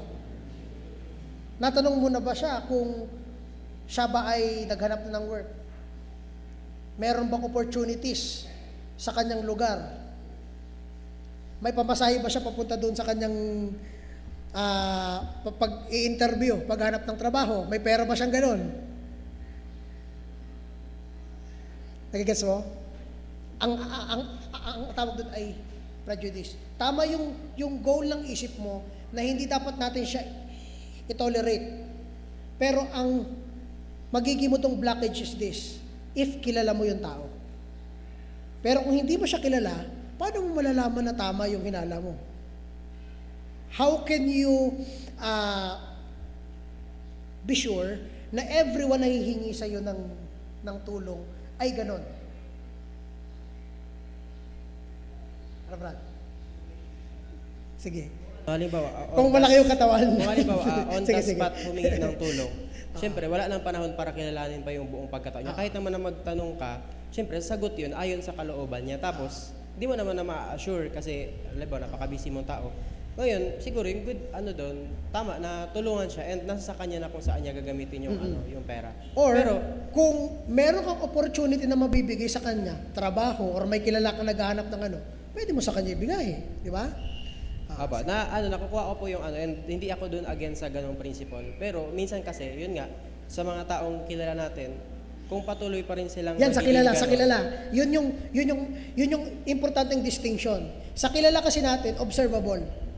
Na-observe natin yung mga traits at mga ginagawa na. Sige, Brad, continue. Kasi kung patuloy pa rin natin silang tutulungan, pero yung tulong mo is nakaka-hinder na para hindi sila Parang nakaasa na. Parang na tuloy, parang mali na tuloy yung pagtulong mo, hindi ka na nakakatulong sa madaling salita. Kasi halimbawa, si God, di ba, pag nagkakasala ang isang, di ba may tinatawag tayong permissive will? Halimbawa, yung may mga tao baga sa Israel na may gustong ilagay ang Diyos na pinuno, pero ang pinili nila yung gusto nila. Ngayon, hinayaan yun ng Diyos para makita nila, para maipakita ng Diyos na mali yung pinili nyo, na hindi tama yun, na hindi kayo sumunod sa kalooban ko. Ngayon, siguro, okay rin po ba yung gano'n na itigil mo muna yung pagtulong sa tao para makita niya yung kalagayan niya na hindi na tama yung prinsipyo yung ginagawa niya, na asa na lang siya ng asa iba. Okay. So, ang question mo is, pwede ba yon? Di ba? So, yun nga, pwede ba yon? Pero ang premise natin, yung sinabi mo nung una, kung kilala mo siya, nakikita mo na nagiging hinder yung tulong mo, nagiging siyang palaasa sa'yo, then it's a strategical decision.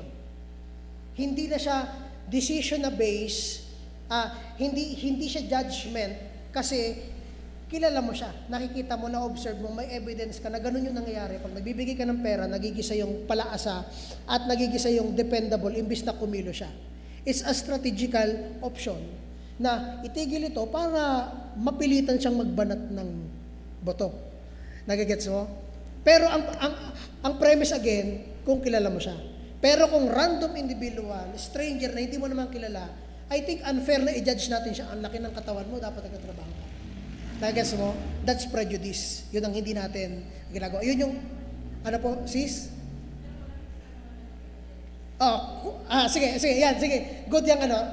Sige po, ibigay pa natin kay Sister Emily. Pero kasi, alimbawa, may example ko lang, may kaklase kasi ako na mahilig siyang magtanong. Okay.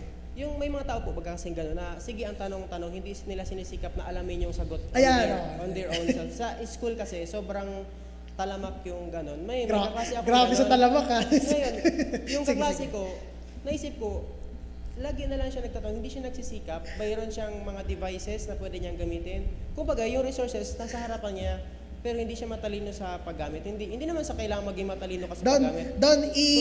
Don't i-change mo yung boses ni Ashil, yung malagong dapat. para censored. May sipon po kasi ako. Sige. Tapos, yun na nga, ang ginawa ko, pag minsan lugod, sinasabihan ko siya na, kasi matagal na akong tumutulong sa kanya na sa ano, pero nakikita ko, nakaasa na siya palagi, hindi na siya nagsisikap sa sarili niya. Ngayon, sinasabi ko, dapat matutunan mo yan kasi paparating na tayo sa ganitong mundo. Dapat marunong ka na, yung mga bank accounts, mga ganang pagkulikot ng bank accounts, dapat marunong ka na yan kasi hindi ka lagi umasa sa iba. Ngayon, ginawa ko yun para matuto siya, hindi para bala ka na dyan, ayoko nang tumulong sa'yo, hindi ganun.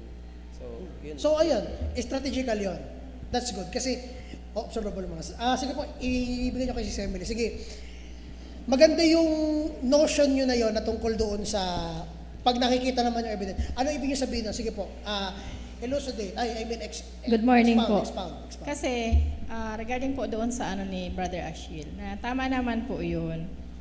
Kung nakikita naman natin na yung tinutulungan naman natin is parang na aabuso na ba yung tumutulong? Or kung nakikita natin yung person na hindi naman niya talaga kailangan tulungan kasi pwede naman sa sarili niya. For example po dyan sa market, kasi araw-araw ko nasa market, may mga tao po dyan na nanglilimos, pero ano pa, malakas pa. And take note, mga babae po sila, naka-reband and naka-braces. Di ba? Hindi ka talaga. Yes. Tapos, sabi nung isang pinanglimusan niya, bakit kayo nangihingi ng limos? Naka-brace ka nga. Eh sabi naman nung nanglilimos, inggit ka lang, magpa-brace ka din. Opo, nangyari po talaga yon. So doon po, sa mga ano na yon, kapag lumalapit sila doon sa store, hindi po ako nagbibigay. Hindi po kami nagbibigay. Apo. Kasi na-observe nyo nga. Yes. May evidence. Opo, may evidence po. Magkano na lang ba yung pagbariband ngayon? Pinakamura 1,000. 1K. Yung braces ngayon, nagtanong na nga ako yung ang braces ngayon nasa 10K or more than ata. Basta braces yun. As in yung talagang Apo. brace. And isa pa po, may naman dyan sa market na naka-face mask siya, lalaki. May letter siya. Tapos, ang sinasabi po niya, tulong po para sa gawain ng Diyos. Pero, member siya ng LGBTQ. And, lagi-lagi po yun. Weekly siya, dumadaan doon, may letter, may sobre. Hindi naman po ako nagbibigay, hindi kami nagbibigay doon. Kasi, tapos pag, na-observe ko, pag may nagbibigay sa kanya, sabi niya, God bless you. Yung parang, alam mo, hindi naman makatotohanan yun. Kasi, sabi ko, gagamitin pa yung ng Panginoon, pangalan ng Diyos para lang Opo. Ano na ba kasi yun parang pagdilin siya na. Kaya sa ako po, hindi po ako nagbibigay doon. Pero yung mga nangihingi po dyan na na talaga, yung piso-piso nga lang, okay lang piso ang ibigay mo sa kanya, yun po talaga yung natin. Tsaka yung mga matatanda, na may grupo din po dyan ng mga matatandang babae, grupo po talaga sila, apat sila magkakasama, manghihingi sila. So yun naman po, na alam natin mga matatanda na, at saka wala naman kakayahan siguro na sila at wala ng pamilya na tumutulong. So, pwede po yon. And meron din po ako dyan na-observe, isang lalaki na paralyzed, Opo. pero may hepa, kumbaga may singsing na gold, or di ko alam kung ano yun, may ganon. Pero paralyzed na siya, tsaka parang sabi niya, pang-maintenance ng gamot niya. So, pwedeng magbigay doon kasi nasa sa kanya na yun kung hindi talaga bibigay niya ng ano. Pero yung rebanded and my braces, and yung gagamitin pa yung pangalan ng Panginoon, Yan. siguro Oo. dinidiscourage ko rin po kayo na mag-ano. Ayan, okay, thank you very much. Ayan, so, very important yung mga bagay na yon, especially when we observe yung mga things.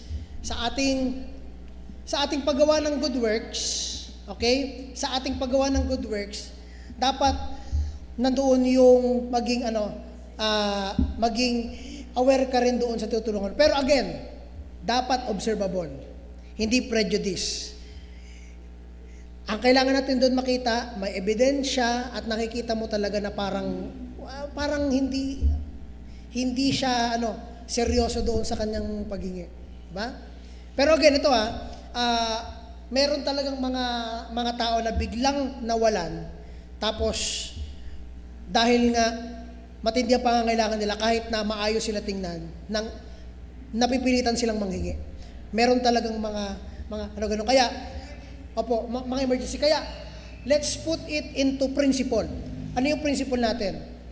Maging aware tayo sa paggawa ng good works. Pero, tama rin yung perspective nila, pag nakita nyo may mga observable things na hindi kapanipaniwala at ganun pa yung mga sagutan, edi magpa-brace ka rin. Edi, wag na, di ba? Para naman yung pag sige po, Sister Rose, may ano po kayo? Thank you. So, sagutin ko lang po yung tama po, magiging observer din po tayo. Tama yung sabi ni Ashil. Siyempre, nakikita, yung sinasabi na nanghihingi, tapos tinutulungan, So, palagi. So, ginagawa na, kumbaga, sandigan yung pagbibigay ni Ashil. So, kailangan magsikap din siya. Ang gawin niya, so kailangan niya pagsabihan, sikreto. So, kumbaga, yung hindi nasasaktan yung tao. Kasi ang point doon sa Biblia, sinasabi na lahat ng iyong ginagawa ay, kumbaga, patungkol po sa Diyos, So, tumulong tayo na depende sa ating nakikita. Wala na tayong dapat sabihin, basta kung gusto natin magbigay po tayo. Kung hindi tayo magbigay, wag na lang po tayong maraming salita. Kasi yung ginagawa natin ay para po sa Diyos. Yun lang po. Ayan po, okay. So, ayan, thank you very much.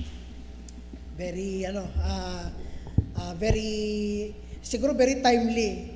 Bakit kasi, ngayon, July. Ako, bigay na ng kalahati ng 13th month. Joke lang. So, anyways, ito ay hindi pa tapos. Meron pa tayong dalawang point na titingnan pagdating sa godly living. 7 principles na pag-usapan natin this morning. Meron pa tayong 1, 2, 3, 4, 5, 6, 7. 7 pang principles. 14 principles ang ating makukuha sa pag-ano to. Meron pa bang question o wala na? Huwag lahat sa pagbibigay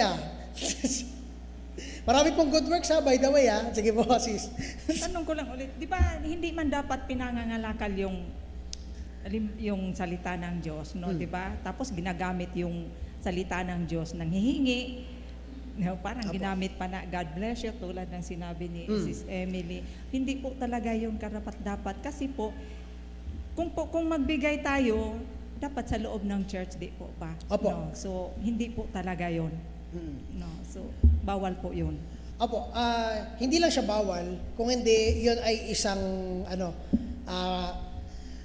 tactic manipulation. Kasi, unang-una, kahit si Paul, hindi siya humingi sa hindi mga membro ng simbahan. Pagdating sa mission, pagdating sa trabaho ng Panginoon, lahat yan ay pinagtulungan ng church. At yung pinagtulungan ng church, yun ang binibigay natin sa yung mga tinutulungan natin ng missionaries. O pag meron tayong outreach, pag meron kailangan pamasahe, pag mga ministries, example, yung mga young people, merong YBF, yung mga married ladies, married men, meron silang fellowship. Yun ang nanggagaling sa ating church fund. At yun ang reason kung bakit yung ating pagpapasalamat sa Panginoon, yung ating tithes and offering, doon na pupunta yung mga bagay na yun para sa gawain ng Panginoon. Ngayon, pagka ginawa niyong reason ang gawain ng Panginoon para humingi sa labas ng kanyang kalipunan, wala kayong makikita sa Bible na gano'n. No? Kundi makikita niyo si Paul, sinusuportahan siya ng mga church members. Sinusuportahan siya ng mga mananampalataya. No? Walang reference sa Bible na makapagsabing ang mga mananampalataya ng Diyos lumabas tapos nang hingi. Kahit sila Peter hindi ganoon. Ang sabi nga doon ng isang preacher, freely received, freely given. Gets natin? The gospel is freely received, the gospel will be freely preached. Walang bayad. No? Kung hindi, imbis na magpabayad, tayo dapat yung nagbibigay ng benepisyo sa kanila. Ito ang gospel at kung ano pang may tutulong natin. As a church, dapat tayo ang nakakatulong sa community. Hindi yung community yung tumutulong sa atin. No? Baliktad yun. And that's nonsense. Kung may gumagawa niyan, God forbid. God have mercy sa kanila. No? Sige po. Kaya nga po, minsan napapahamak yung mga Christians. Kasi po, ito din na-encounter ko rin mismo, isang matanda, doon din sa palengke. No? So, nagtatrabaho din po kasi ako before doon. No? So, ako mismo nahingan. No? Isa daw siyang Christian, tapos utos daw po. Nakalimutan ko lang kasi, buti pa sinulat ko, yung pangalan ng pastor. No? Utos daw po kasi ng pastor, kailangan sila mag-beg sa labas. Hindi, No, so, hindi naman Pastor John ang pangalan. o kaya nga, sabi, Hindi hindi naman, na lang po ako nagsalita Pa- kasi baka masaktan din po. Baka ginagamit ang pangalan ni Pastor sa sentro. Pastor din. Okay. Sige. Kailangan nila. Ano ba yan? Mga kapatid, again, lilinawin natin, kahit yung mga nasa bus, yung mga nagbabahagi ng gospel sa bus tapos nanghihingi, that's wrong. No? Nagbahagi ka ng gospel, huwag ka nang hihingi ng pera. That's wrong. Kasi hindi ang Diyos humihingi ng pera sa tao. Kung hindi ka financially nabibigyan ng provision, ibig sabihin mali ang ginagawa mo. Kasi kung will yan ng Panginoon, ang Panginoon ang puprovide yan. Ba't kailangan mong humingi sa tao? Di ba? Gagamitin mo pa, di ba? Di ba? Saksi kayo sa church na ito. Wala tayo dito ng mga sobrang mga matataas ang pero tingnan nyo yung itsura ng church natin ngayon. Pinagtulungan lang ito sa tagal ng panahon sa biyaya ng Panginoon. Di ba? Yan lang ang pinakamalaki natin kasi sabi nyo, gusto nyong lumamig ang loob ng church. Di, sige, projectin natin. By the will of God. Kaya hindi pa yan tapos kasi may will ang Panginoon dyan. Hindi pa ngayon may oras dyan ng Panginoon. Okay, meron pa ba? Question? Lana? Okay, question nyo, puro pagbibigay. Guys, marami pang good works na hindi lang yan. Kahit sa pag-inom, pagbabasketball, may good works dyan. We do it for the glory of God. Naglalaro ka man. O, ito, kahit nag-ML ka, do it for the glory of God. Huwag ka magmumura, maging matuwid ka. Diba? Huwag mong aabusuhin, huwag ka sobra sa oras. Gets natin? Okay? May oras sa mga bagay. Hindi natin pinagbabawalan dito yung games. Kasi yan ay part ng grasya ng Panginoon. May grasya ang Panginoon para sa mga nagbabasketball, kaya na-enjoy nilang basketball. Sa mga naglalaro ng games, may grasya rin yan. Pero mag-ingat lang tayo sa mga nanonood ng movies, tapos mga bagay na yan. May mga binibigay rin yung mga messages na pwedeng maka-apekto kung paano natin i-perceive ang mga bagay. Balik tayo sa Bible when we talk about that. Sis, may ano ka po? Meron po, isa na lang po. Sige po. Last na po yan ha. Joke lang. Joke lang. Sige. Ano po, ito kasi, siyempre si Mr. ko before, hindi pa naman talaga alam yung salita ng Diyos. No? So, laging may naiinom sa bahay. Pero doon sa likod, kahit na doon sa likod, si tripoder nga po namin yon. Mga anak ko hindi nakatagal. Sa katagalan, mama ngaya, hayaan tayan, kumbaga piga tolerate ta ngayon. Di talaga nakachoose ang bawal po pa. Di talaga nakachoose yung mga bata na, kumbaga sabihan talaga mismo yung mga nagiinom doon, no? Kung gusto niyo mag-inom, hindi naman masama, tumatanggap kami ng mga tao rito, pero wag lamang po yung mga ganyan na gawain, no? Kasi alam niyo naman po, no? Magbasa ng Biblia po para malaman. Tapos siniran nga nila yun. Kumbaga unti-unti na po, wala nang pumupunta doon na kasi sakit sa tenga baga, no? So karapatan din po natin 'yun, 'di ba? No, Right niyo po karapatan yun. din po natin 'yun na Especially pag sa bakuran niyo po. Opo, oo, sa naman po. So parang nawawala na din po 'yon si Mr. Kumbaga kontrolado na po kasi siya siguro. Ang Diyos na lamang po ang kikilos talaga sa kanya, no. Mahirap po kasi ganoon, no. Okay, amen. So kung wala na ibang question, let's all stand as we close para magkaroon tayo ng at least 5 minutes break. Let's pray. At para makapag-close tayo, manalangin tayo. Panginoon, we thank you this morning sa inyong grasya pa rin sa aming pag-aaral. Binigyan niyo kami, Panginoon, ng open heart and mind para ma-breakdown namin, ma-discover namin ang lahat ng mga principles na ito. We ask and pray, Panginoon, hindi lang ito manatiling theory, kung hindi, ma-apply namin sa aming mga buhay. We thank you, Lord. We give all the glory sa inyo pabalik. Sa pangalan ni Jesus sa tagapagligtas. And the people of God say, Amen. Let's have a 5-minute break. See you mga 10:30.